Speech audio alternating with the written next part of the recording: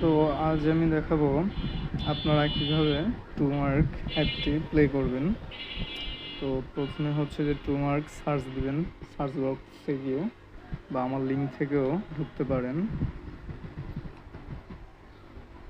তারপর হচ্ছে যে ওপেনে দিবেন। এটা অক্টোবরে লিস্টিং করা হবে।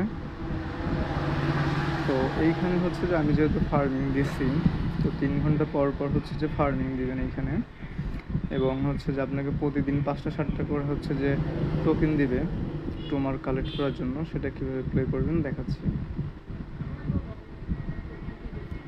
এইভাবে হচ্ছে যে কালেক্ট করবেন টোকেনগুলো। এই হচ্ছে সাদা ফ্রিজে দিলে এটা ফ্রিজ হয়ে যাবে।